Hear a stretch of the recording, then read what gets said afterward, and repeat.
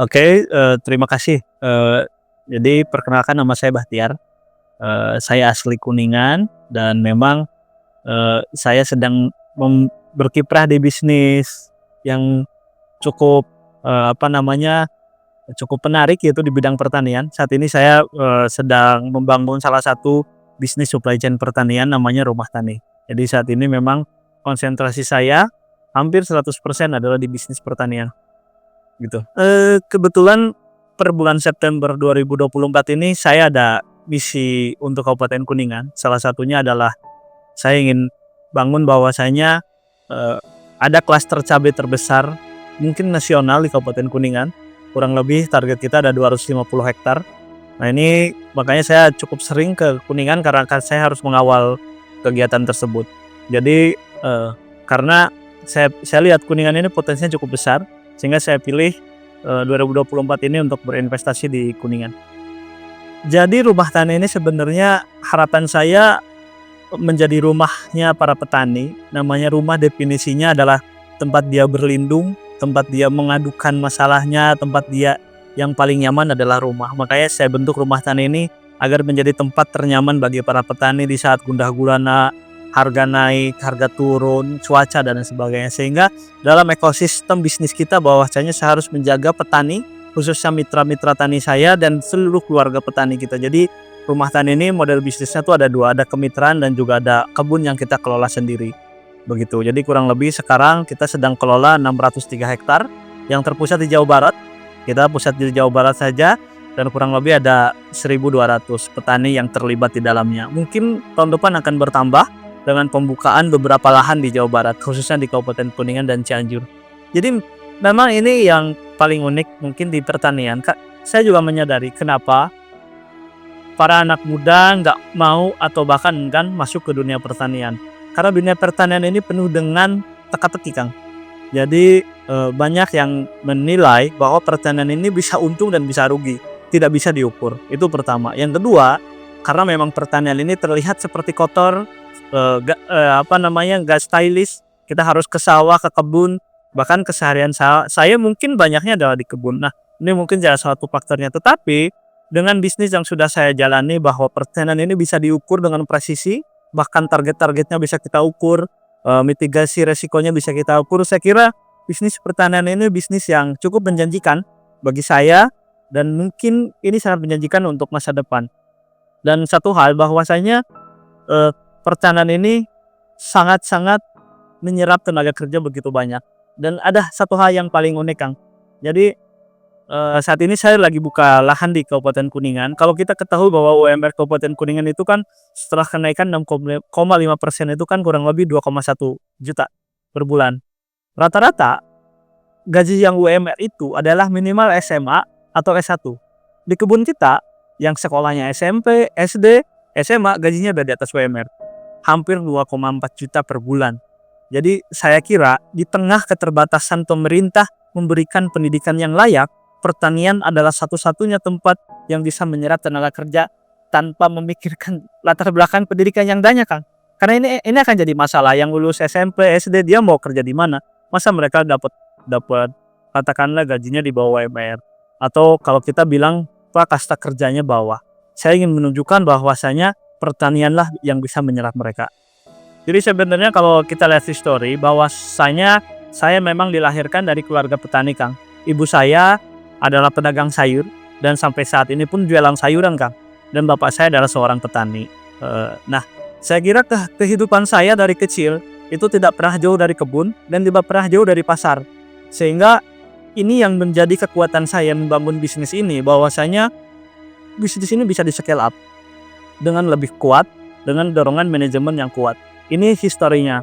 Nah, pada tahun 2020 saya coba pulang ke Kuningan karena saat itu juga COVID. Saya pulang ke Kuningan, saya coba buka lahan kecil dan ternyata bisnis ini cukup menguntungkan bagi saya. Skala keuntungannya ini skalanya lebih luas, bukan hanya tentang materi, tapi ada skala saya bisa bantu buka lapangan kerja, saya bisa bantu edukasi petani-petani sekitar. Disitulah tonggak awal Rumah Tani berdiri. 2021, 2022 saya dapat reward, dapat grant dari salah satu perusahaan atau orang baik dari Singapura ya lumayan, kurang lebih ada $60.000. Saya dapat reward dari mereka. Itu jadi stimulan pertama kita membangun rumah tangga dan berekspansi. Dan saat ini 2024 langkah kita ini semakin pasti. Kenapa? Karena dengan melihat ekspansi yang cukup kuat, dengan intensifikasi manajemen kita yang cukup kuat juga, sehingga banyak pihak yang bekerja sama dengan kita. Begitu, baik dari dalam maupun luar negeri. Sebenarnya sih modal pertama yang menjadi fundamental bisnis bagi saya adalah bukan hanya tentang uang, tetapi ada 3 prinsip hidup yang saya pegang, bahwasanya ada tiga memberi, Kang. Pertama itu kita harus memberi manfaat. Yang kedua, kita harus memberi kontribusi. Dan yang terakhir, kita harus memberi legasi.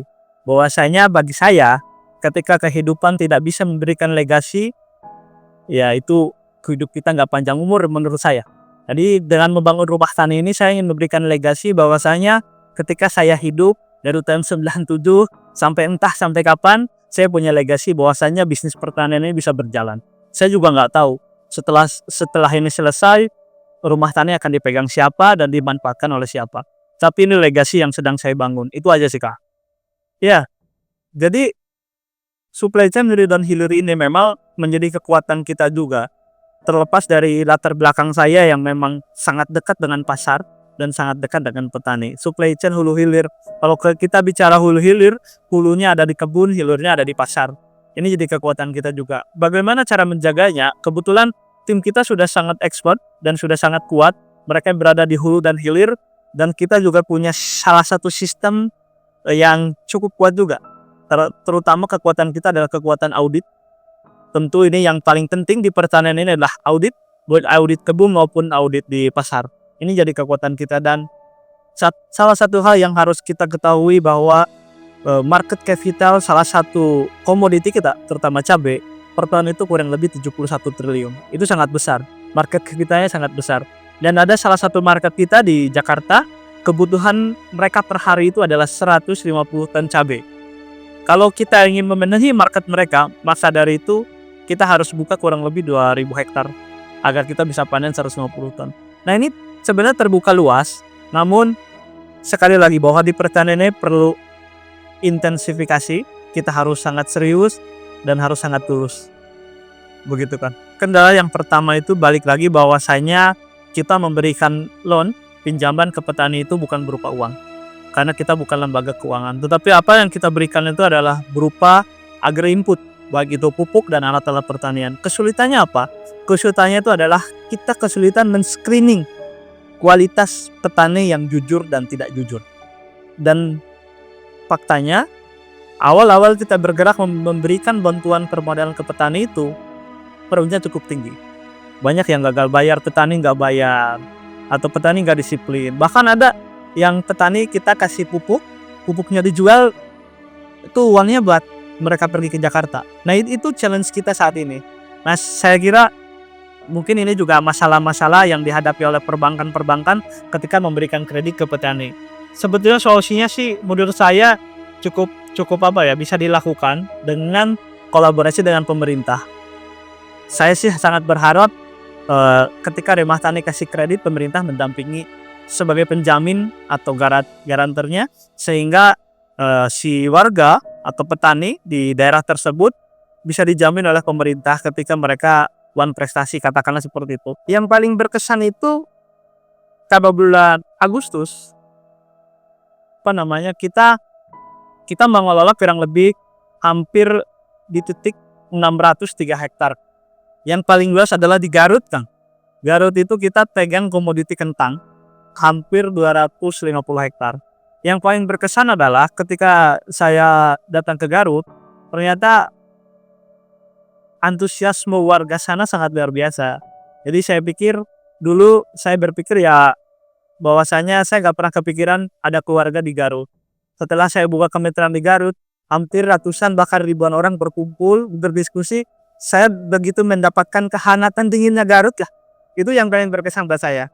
Karena sekarang yang selagi saya jalanin adalah ya bagaimana caranya sebanyak-banyaknya kita membangun komunitas bisnis ini atau agar menjadi lebih kuat. Begitu, Kang. kita ada beberapa komoditi yang sedang kita eh, lakukan. Yang pertama yang paling besar itu cabai. Ini komoditi yang paling besar. Yang kedua adalah tomat, ada kubis, ada kentang, lalu ada bawang merah, yang terakhir ada jagung. Kita sedang menjajaki jagung karena memang jagung ini menjadi komoditi pangan yang sedang kita dicoba. Saya sangat sepakat bahwa bisnis itu harus ekspansi, Kang. Tetapi saya lebih sepakat bisnis itu harus intensifikasinya, Kang. Sehingga saya putuskan sampai dengan akhir 2025 saya tidak akan keluar dari Jawa Barat, Kang. Saya akan fokus di Jawa Barat. Jawa Barat. Punya Jawa Barat. Oke. Yang paling penting bagi kita adalah kita harus punya idealisme bahwasanya prinsip dasar kita membuka rumah tani ini agar berdampak. Jadi ada 4 prinsip bisnis kita. Yang pertama adalah people, yang kedua adalah prosperity, yang ketiga adalah planet, yang terakhir adalah profit. Itu yang paling penting. People, bagaimana kita bisa membangun SDM yang tadinya nggak ngerti nanam cabai jadi ngerti. Yang kedua prosperity, kita juga harus mikirin bahwasanya bisnis ini bukan hanya tentang bagaimana perusahaan ini untung aja, Kang, tetapi bagaimana petani kita juga untung, yaitu dengan pertimbangan apa yang bisa kita bantu. Yang ketiga adalah planet, bahwasanya pertanian ini bagaimana caranya lebih memanfaatkan alam dan juga menjaga keberlangsungan alam ini tetap terjaga. Yang terakhir adalah profit. Ini adalah dasar-dasar dan prinsip-prinsip perusahaan kita. Nah, ini yang selalu kita jaga. Kan godaan-godaan kan sangat besar. Entah rumah tani kita mau dibully sama perusahaan ini sebenarnya, saya kira itu yang harus kita jaga. Selagi prinsipnya adalah itu, ya kita tetap jalan. Itu, Kang. Ya, saya kira memang itu masalah utama di pertanian adalah perubahan iklim, ya. Namun kan kita harus bicara lagi histori, Kang. Bahwasanya rumah tani ini sudah mengalami 7 siklus pertanian. 7 macam cuaca, 7 macam kondisi, dan 7 macam masalah. Saya kira dari perjalanan 7 macam ini, kita sudah memiliki SOP yang cukup kuat. SOP pertanian itu cukup kuat. Artinya, di musim hujan kita strateginya seperti apa. Di musim panas strateginya seperti apa. Saya kira itu yang sedang kita lakukan. Karena saya selalu percaya bahwa alam itu baik, kan. Alam itu nggak nyusahin petani kok. Yang penting bagaimana caranya kita bisa menyikapi alam ini dengan baik. Ketika musim hujan, apa yang harus kita lakukan? Ketika musim kemarau, apa yang harus kita lakukan? Saya kira seperti itu. Jadi hal yang tidak bisa kita lawan adalah alam. Jadi kita nggak bisa lawan alam. Hujan harus gimana, ya kita ikuti apa yang alam mau, ya kita ikutin SOP-nya. Misalkan kalau musim hujan itu jamurnya kan meningkat, kadar jamur meningkat, sehingga ya kita harus putuskan pemberian fungisida terhadap tanamannya kita naikkan. Seperti itu, Kak. Beberapa petani atau mitra tani yang memang mereka mengikuti SOP kita, mereka melaksanakan pertaniannya yang jujur, mereka ada berupa dampaknya itu adalah tentu yang paling pertama ada kenaikan income. Yang kedua, mereka akan tenang bertani, Kang, karena mereka nggak capek lagi setelah panen, mereka jualnya kemana. Nah, karena kita ada jaminan pasar. Itu dampak yang terasa oleh petani. Yang pertama. Yang kedua, bagi wilayah-wilayah yang dimana rumah tani membuka lahan, di situ timbul serapan tenaga kerja baru. Seperti yang sedang kita lakukan di Kuningan, di salah satu desa di Kuningan. Dalam jangka waktu 2 bulan kita buka, sekarang sudah hampir 100 pekerja warga sekitar yang ikut dengan kita, dengan gaji di atas UMR, Kang.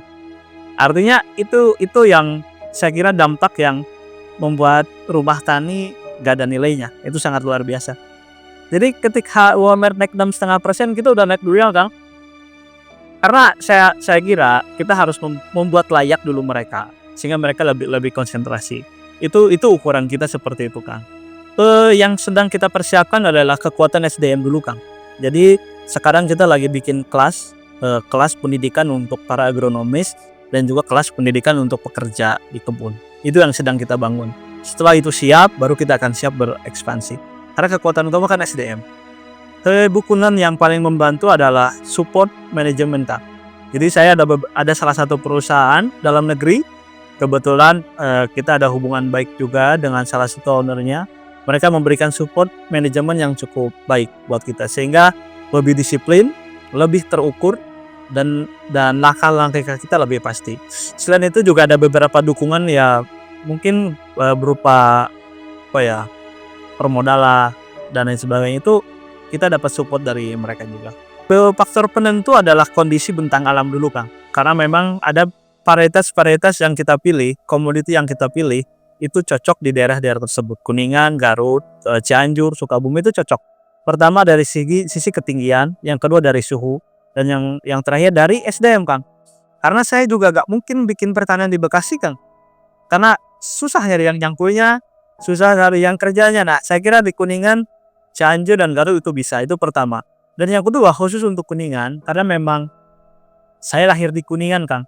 Jadi saya kira gak mungkin saya bangun daerah lain tanpa bangun Kuningan. Meskipun challenge-nya tentu ada, tetapi saya pikir Kuningan ini bisa. Jadi potensi pertaniannya ini bisa sangat besar.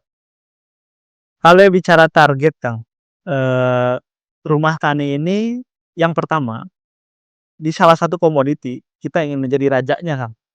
Karena komoditi ini menjadi komoditi yang selalu mengganggu inflasi dengan market capital yang cukup besar. Bahkan kadang saya juga gak mengerti kenapa saya sebutnya cabai. Cabai itu bisa 100.000, bisa 10.000, bisa 20.000. Saya kira itu yang target pertama yang akan kita kejar. Kita akan membangun kurang lebih 1.000 sampai 1.500 hektar kebun cabai yang ada di Jawa Barat. Itu target pertama kita. Ya motivasinya karena gak ada yang memperhatikan pertanian Kang. Siapa yang memperhatikan pertanian Kang? Saya beberapa kali ke negara tetangga kita, ke Vietnam, ke Thailand. Pertanian di sana cukup rapi, cukup terukur, cukup masif. Saya kira saya sedikit khawatir terhadap apa yang terjadi di Indonesia saat ini. Pertanian ini banyak yang ngomongin tapi sedikit yang ngelakuin Kang. Yang ngomongin pertanian itu banyak Kang. Dari mulai pemerintah, dari mulai swasta, dari mulai motivator cuma ngomongnya pertanian, pertanian, pertanian. Swasembada, swasembada, swasembada. Tetapi banyak yang ngomongin, sedikit yang ngelakuin Kang. Oke, ambil sampel. Orang ngabain acara pertanian itu megah Kang, besar. Tapi dia hanya melakukan demplot ukuran 500 meter persegi. Kan gak seperti itu Kang. Jadi motivasi terbesar saya ingin mengajak bahwasanya, ayo dong, kalau kalian cinta Indonesia, cinta masa depan Indonesia, cinta ketahanan pangan, ayo dong bertani deh. Kita action aja. Nih kita rumah tani yang ngejamin marketnya, kalian gak usah pusing. Itu sih kan yang jadi motivasi kita. Jadi langkah-langkahnya tuh lebih pasti lah. Well, kita ada ekspor, beberapa komoditi kita ada ekspor ke Singapura dan juga Timur Tengah. Itu adalah kentang. Dan kalau yang lainnya kita market Indonesia. Saya kira kita gak usah pusingin market ya Kang untuk sayuran. Selagi kita konsisten, selagi kita sustain dalam hal pertaniannya, market capital sayuran itu cukup besar Kang. Jabodetabek itu kalau nggak salah itu kurang lebih 3.500 ton per hari kebutuhan sayuran. Jadi kalau kita baru nanam 1,5 hektar, saya kira udah usah ngomongin itu deh. Tata berbicara, kita tidak hanya menampung hasil mitra tani, tetapi para petani yang ingin menjual pun bisa ke kita. Saran dari Mas Batiar untuk calon petani atau untuk petani muda atau yang mau terdiri petani, saya kira. Kalau pesannya cukup simpel Bang. Di pertanian itu prinsipnya kalau berani jangan takut-takut. Kalau takut jangan berani-berani deh. Itu prinsip. Berani, jangan takut-takut. Kalau takut jangan berani-berani. Saya kira karena cabai ya kena pajak jadi gak masalah lah. Kita ya kurang lebih mungkin 500.000 USD per bulan. Mudah-mudahan ya.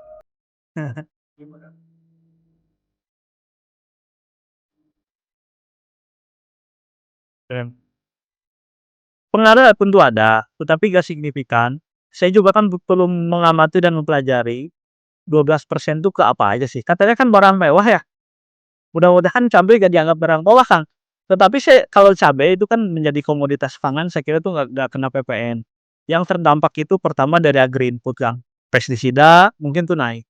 Dan yang kedua itu mungkin yang terdampak adalah distribusi. Mungkin bensin naik, supir naik, semua naik. Mungkin itu yang terdampak. Saya kira pertanian menjadi langkah yang tepat untuk menjadi profesi masa depan. Kenapa? Karena memang pangan menjadi isu utama ke depan. Yang kedua, pertanian ini menjadi rodanya negara kan. Tanpa pertanian, tanpa pasokan makan, semuanya berhenti. Saya kira ini menjadi salah satu faktor alasan terpenting kenapa pertanian bisa dipilih. Dan yang kedua, saya kira anak-anak muda sekarang lebih pintar lah daripada anak-anak muda masa lalu kan. Mereka udah mengerti AI, ChatGPT. Saya kira nanya bagaimana cara menanam cabai, ChatGPT udah langsung keluar semua. Saya kira akses terhadap hal tersebut anak-anak muda bisa mengakses. Tinggal kuncinya adalah mereka mau dan mereka berani. Itu aja Kang. Kalau mau masuk ke pertanian. Jadi untuk para anak muda mau belajar rumah tani ke beliau. Nah nanti kalau yang mau bergabung dengan rumah tani syaratnya apa Mas tadi? Mau. Nah syaratnya cukup mau kok. Yang mau bertani atau menjadi pengusaha muda petani di wilayahnya syaratnya yang satu mau. Nah, silakan nanti hubungi rumah tani. Rumah tani terbuka untuk anak-anak muda ataupun petani-petani di Indonesia yang mau bergabung dengan rumah tani. Nah, ini sangat luar biasa. Mungkin terakhir dari kita maksimal, intinya maksimalkan potensimu, maksimalkan usahamu, maksimalkan suksesmu. Itu aja. Terima kasih. Siap, terima kasih. Sukses, Siap, terima kasih. Ya,